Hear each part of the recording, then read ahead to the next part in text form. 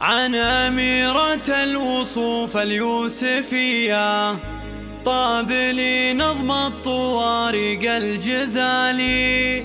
يا أميرة الصفوف المعتلية للشعر في مدحك أكبر مجالي، للشعر في مدحك أكبر مجالي، للشعر في مدحك أكبر مجالي.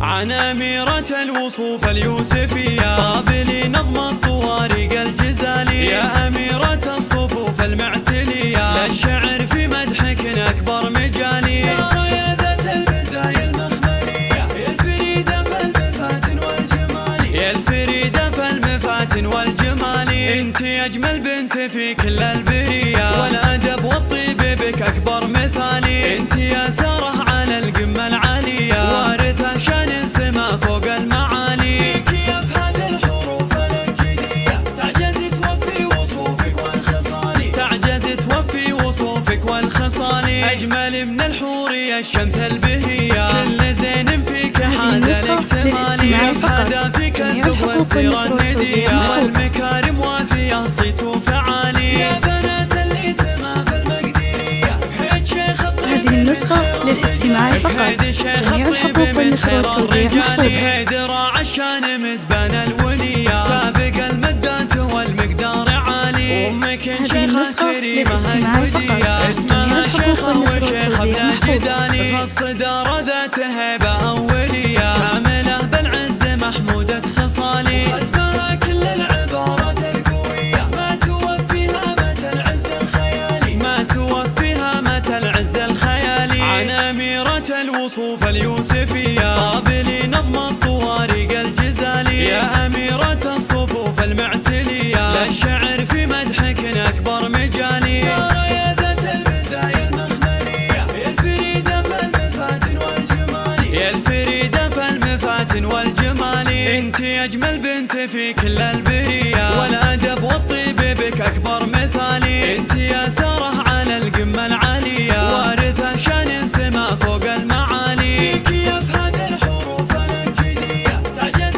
توفي وصوفك والخصال، تعجز توفي وصوفك والخصال. أجمل من الحور يا الشمس البهية كل زين فيك حاز الاكتمال. هذه النسخة للاستماع فقط.